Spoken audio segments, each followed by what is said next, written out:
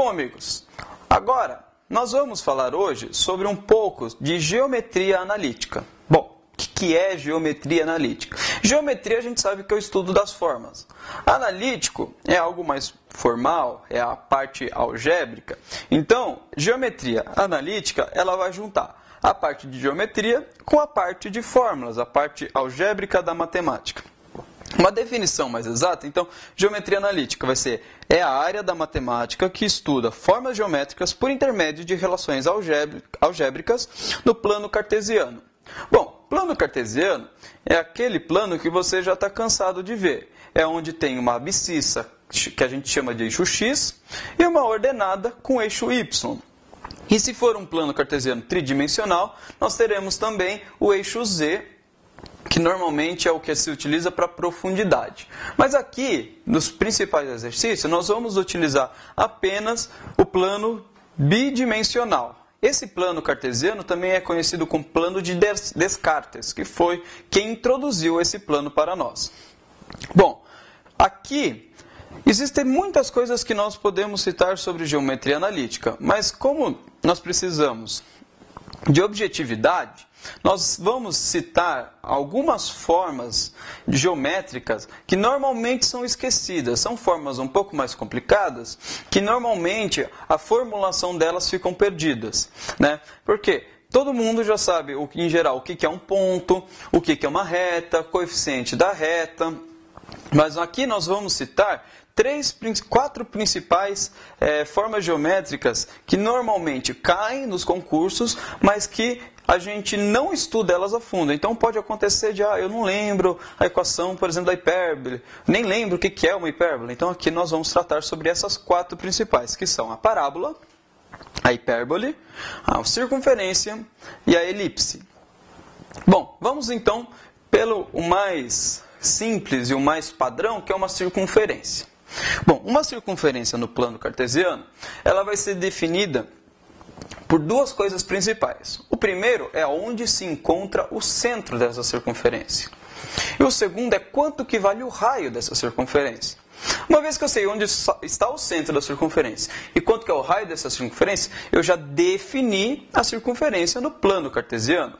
Então, é justo que na equação da circunferência tenham esses três parâmetros. 2 para o centro, tanto a ordenada de x para o centro da circunferência, como a coordenada de y para o centro da circunferência. Aí temos duas variáveis.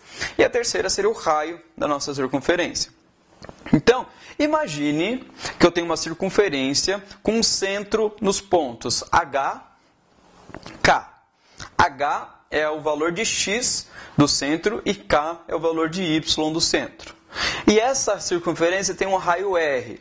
Como é que fica a equação dessa circunferência?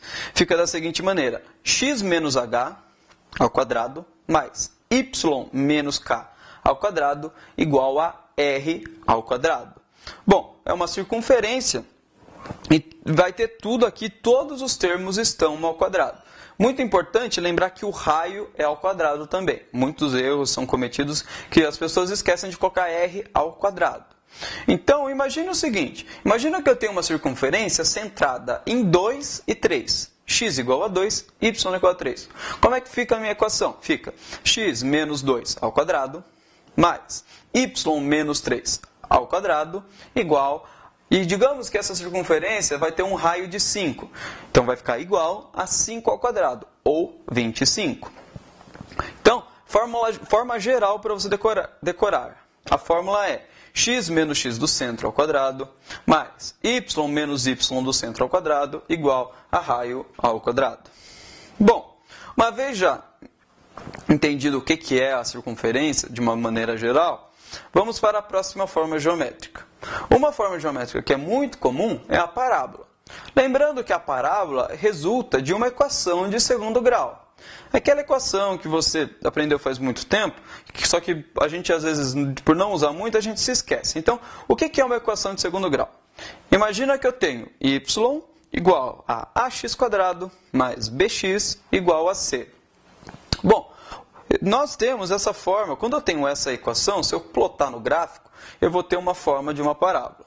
Lembrando que uma parábola, a definição de uma parábola, ela é um corte de um cone. Então imagina que você tem o cone lá, o seu sobrinho está tendo aquela festa de aniversário e tem aquele chapéuzinho de aniversário.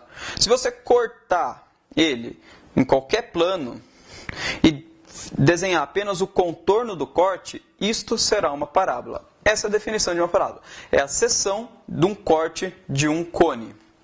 Bom, uma vez que eu tenho isto, o que é importante a gente ter sobre a parábola? Bom, a parábola, eu preciso, quantas incógnitas eu tenho aqui? A, B e C. Então eu preciso de no mínimo 3 pontos para poder definir uma parábola. Algumas coisas importantes que nós temos. O C, se o x for zero, olha só, o x é zero, ax ao quadrado dá zero. Bx dá zero também. Então, y é igual a c. Então, c é o valor onde a parábola, a curva, cruza na ordenada. Então, eu te dou um gráfico e eu não te dou mais nenhuma informação, só peço c. Só que pelo gráfico você percebe que a parábola passa, por exemplo, no ponto 4, você já sabe que c é igual a 4. Outra coisa importante é o valor desse a.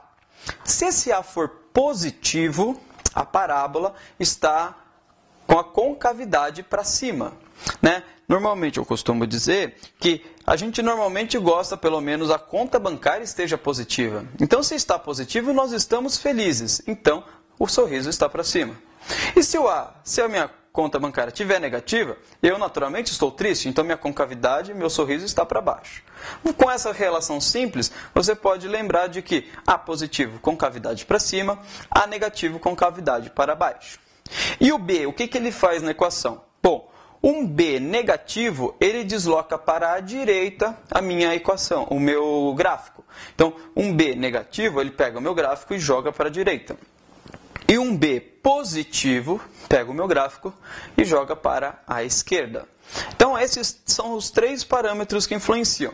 Se eu te dou um gráfico em escala e te dou uma concavidade, uma concavidade para cima e um gráfico deslocado bem para a esquerda, você já pode dizer que o A eu sei que é positivo e o B eu sei que ele também é positivo, porque eu desloquei para a esquerda. E se a parábola intercepta a ordenada embaixo, no terceiro ou quarto quadrante, você sabe também que o C é negativo. Então, com esses 3 valores, A, B e C, você já sabe agora o comportamento da parábola. Se eu vou ter concavidade para cima, para baixo, esquerda ou direita, para cima ou para baixo, no caso da orientação dela em relação ao eixo X. Bom, uma vez agora já visto circunferência e parábola, vamos falar um pouco sobre a elipse. A elipse ela é como se fosse uma circunferência achatada. Claro que essa é uma definição muito simplória, mas uma elipse é definida com 2 focos. Então, eu sempre tenho 2 focos numa elipse. Tá? Elipse, por exemplo, o que é uma elipse aqui no nosso dia a dia? As órbitas que os planetas fazem ao redor do Sol não são circunferências, são elipses. Muito bem que o da Terra é muito próximo de uma circunferência, mas ela sempre terá 2 focos. Então, eu tenho sempre uma elipse. Então, como é que eu vou ter a equação de uma elipse? Ela é muito semelhante à equação da circunferência, com algumas diferenças. Imagina que você pega a equação da circunferência e passa o R dividindo. E imagina que ela está centrada no zero. Então, se eu tivesse a equação lá da circunferência centrada no zero, uma circunferência centrada no zero, eu teria x ao quadrado mais y ao quadrado igual a r ao quadrado. Agora, imagina que eu pego esse r e passo dividindo. Nós teríamos x ao quadrado sobre r ao quadrado mais y ao quadrado sobre r ao quadrado igual a 1. A elipse tem uma forma muito semelhante. Só que, como eu te disse, ela tem 2 focos. É como se ela tivesse, entre aspas, 2 raios, um para cada foco. E esses 2 raios é o que a gente vai chamar de A e B. O que é o A? O A vai ser a distância entre o eixo principal. Então, imagina que eu tenho uma elipse. Eu passo uma reta horizontal, uma reta vertical. encontrei ali o ponto central da elipse. O comprimento do ponto central até a extremidade na horizontal, isso eu tenho o valor de A. Então, a equação fica x² sobre A². E por sua vez, se eu tenho ainda nesse ponto central a distância, o comprimento deste ponto central até a parte superior, isso eu tenho o valor de B. Então, no caso, eu teria y² sobre B². E isso igual a 1. Então, na forma geral, como é que fica a nossa equação da elipse? Fica x² sobre A² mais y² sobre B² igual a 1. Bom, uma vez lembrado o que é a elipse, vamos lembrar agora o que é uma hipérbole. Uma hipérbole é como se fosse... A equação da hipérbole é muito parecida com a equação da elipse. A única diferença é que eu tenho um menos. Em vez de ser x mais y, eu tenho x menos y.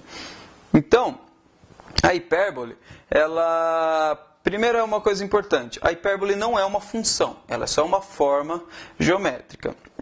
E ela é definida pela seguinte equação. x² sobre A² menos y² sobre B² igual a 1. A figura da hipérbole tem esse jeito que a gente está vendo na figura, né? E que ela pode ser considerada, imagina que você está com uma elipse e você está aumentando o raio, está aumentando o raio, está aumentando o raio. Vai ter uma hora que ela não vai ter uma circunferência, ela vai, entre aspas, explodir para o outro lado. Aí, a partir desse momento, eu começo a fazer uma elipse. E esse valor se dá justamente quando eu passo de um valor positivo para um valor negativo. Então, podemos ver aqui pela equação que todos os termos estão ao quadrado, então todos eles são positivos. Quando eu faço com que esse termo y² sobre B² seja negativo, por isso desse menos na equação, isso deixa de ser uma elipse e passa a ser uma hipérbole.